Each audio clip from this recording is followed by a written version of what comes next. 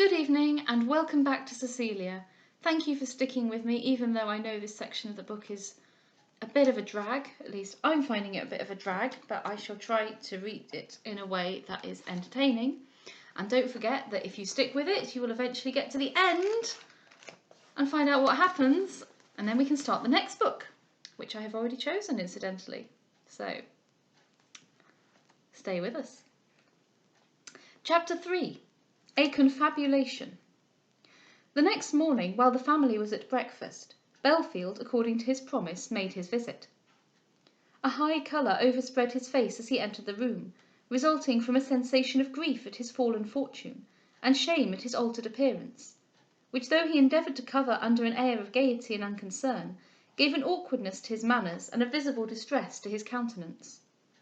Mr. Monckton received him with pleasure, and Cecilia, who saw the conflict of his philosophy with his pride, dressed her features once more in smiles, which, however faint and heartless, showed her desire to reassure him.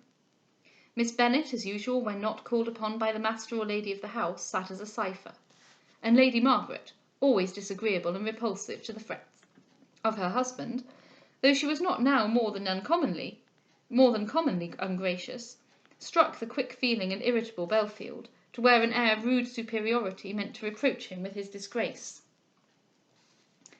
This notion, which strongly affected him, made him for one instant hesitate whether he should remain another in the same room with her, but the friendliness of Mr. Monckton, and the gentleness and good breeding of Cecilia, seemed so studious to make amends for her moroseness, that he checked his too ready indignation, and took his seat at the table.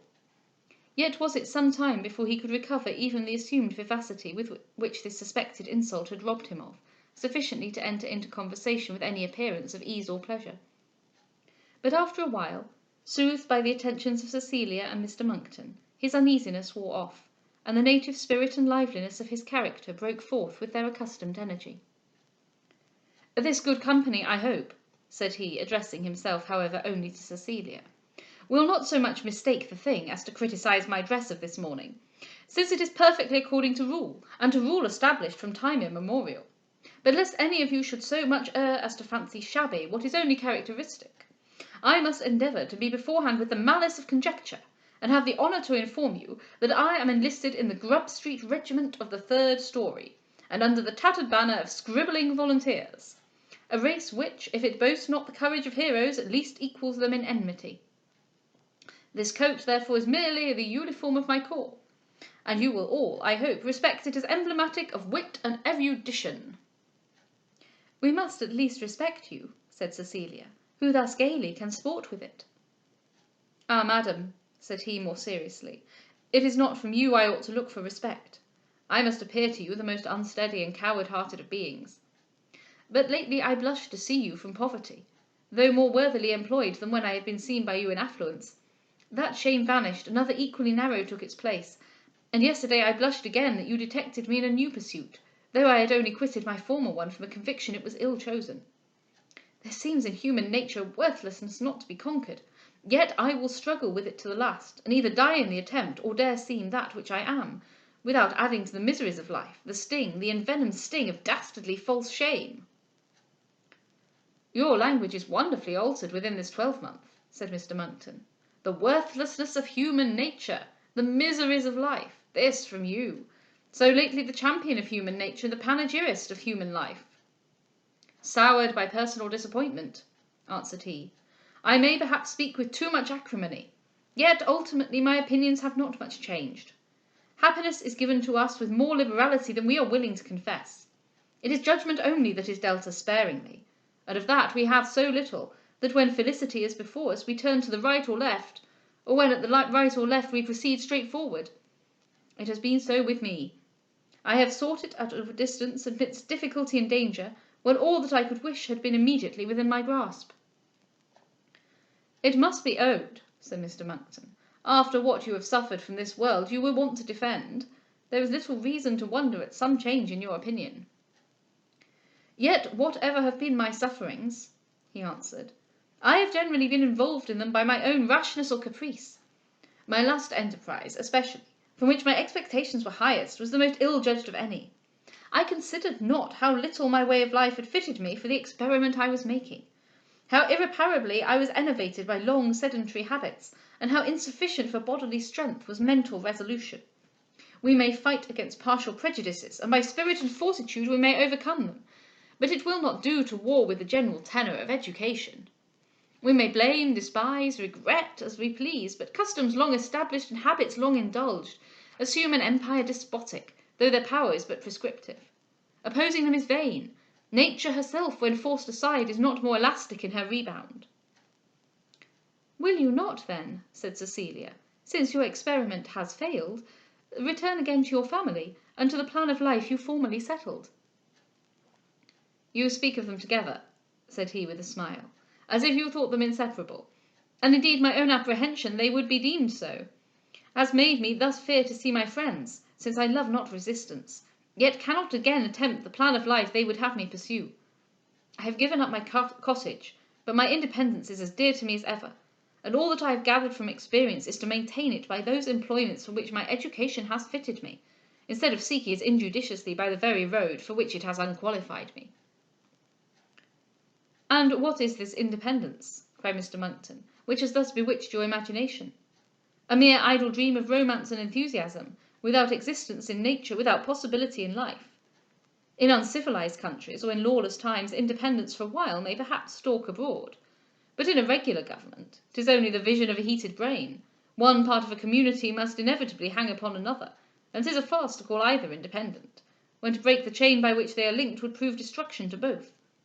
The soldier wants not the officer more than the officer the soldier, nor the tenant the landlord more than the landlord the tenant. The rich owe their distinction, their luxuries to the poor, as much as the poor owe their rewards, their necessaries, to the rich. Man treated as an automaton, answered Belfield, and considered merely with respect to his bodily operations, may indeed be called dependent, since the food by which he lives, or rather without which he dies, cannot wholly be cultivated and prepared by his own hands. But considered in a nobler sense, he deserved not the degrading epithet. Speak of him then as a being of feeling and understanding, with pride to alarm, with nerves to tremble, with honour to satisfy, and with a free soul to be immortal. As such, may he not claim the freedom of his own thoughts? May not that claim be extended to the liberty of speaking, and the power of being governed by them? And when thoughts, words, and actions are exempt from control, will you brand him with dependency merely because the grazier feeds his meat and the baker needs his bread? But who is there in the whole world, said Mr Monckton, extensive as it is, and dissimilar as are its inhabitants, that can pretend to assert his own thoughts, words, and actions are exempt from control? Even where interest, which you so much disdain, interferes not, though where that is, I confess, I cannot tell, are we not kept silent where we wish to reprove by the fear of offending, and made speak where we wish to be silent by the desire of obliging? Do we not bow to the scoundrel as low as to the man of honour?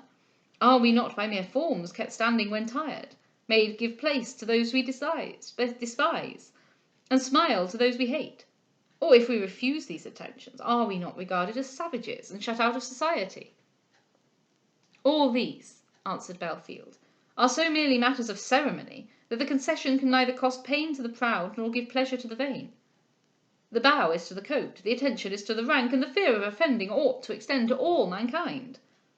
Homage such as this infringes not our sincerity, since it is as much a matter of course as the dress that we wear, and has as little reason to flatter a man as the shadow which follows him. I no more, therefore, hold him deceitful for not opposing this pantomimical parade, than I hold him to be dependent for eating corn he has not sown. Where then do you draw the line?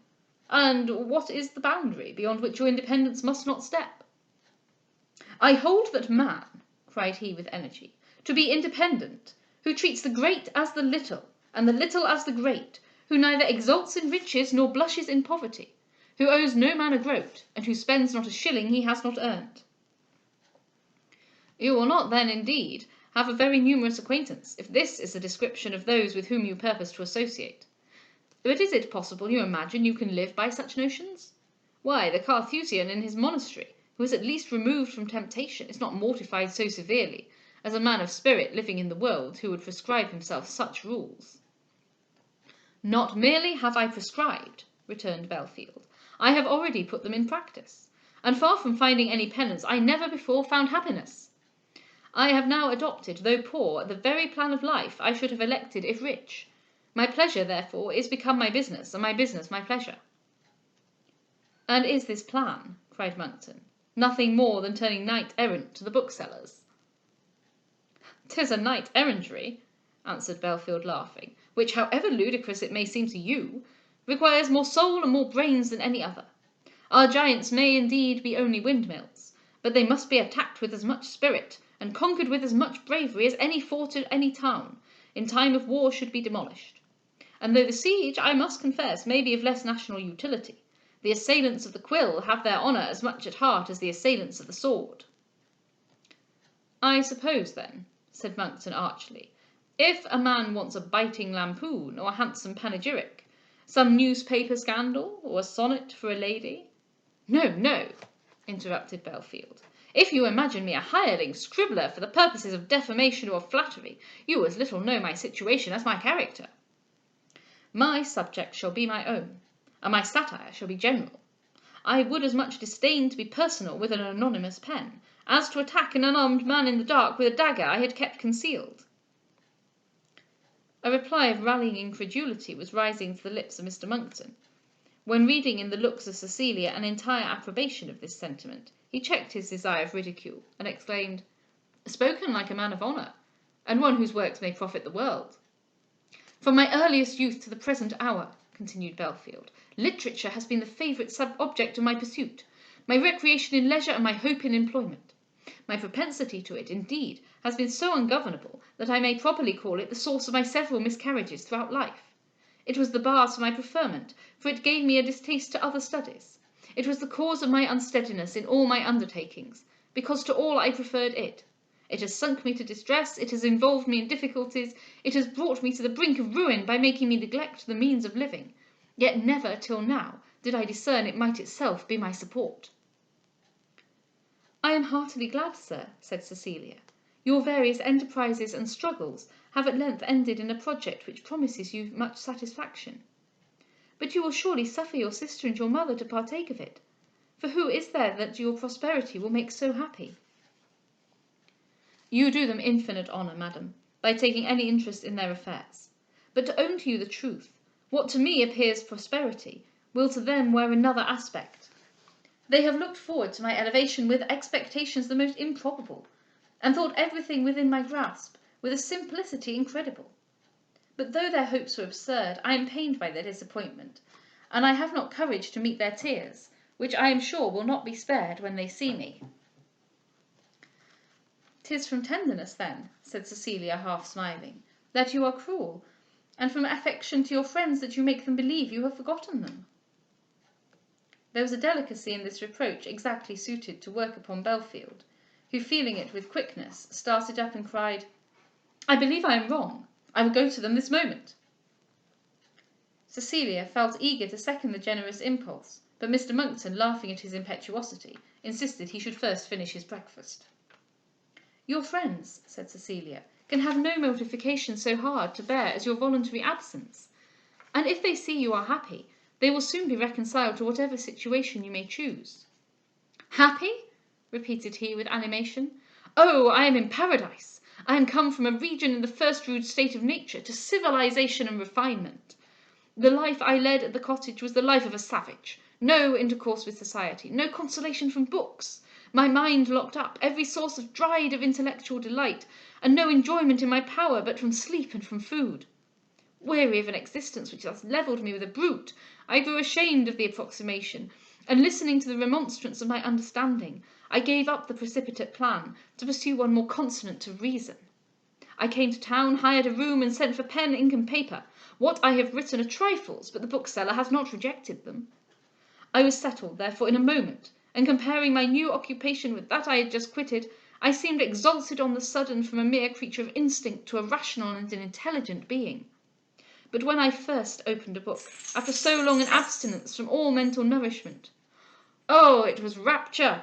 No half-famished beggar, regaled suddenly with food, ever seized on his repast with more hungry avidity." "Let fortune turn which way it will," cried Monckton, You may defy all its malice, while possessed of a spirit of enjoyment which nothing can subdue."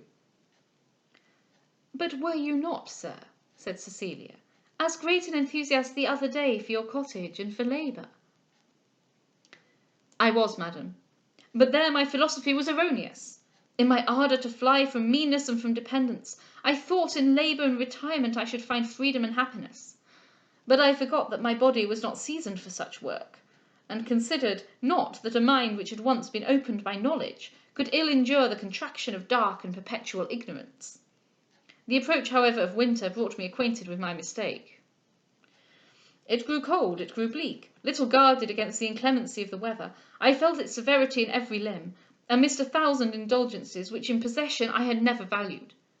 To rise at break of day, chill, freezing, and comfortless. No sun abroad, no fire at home.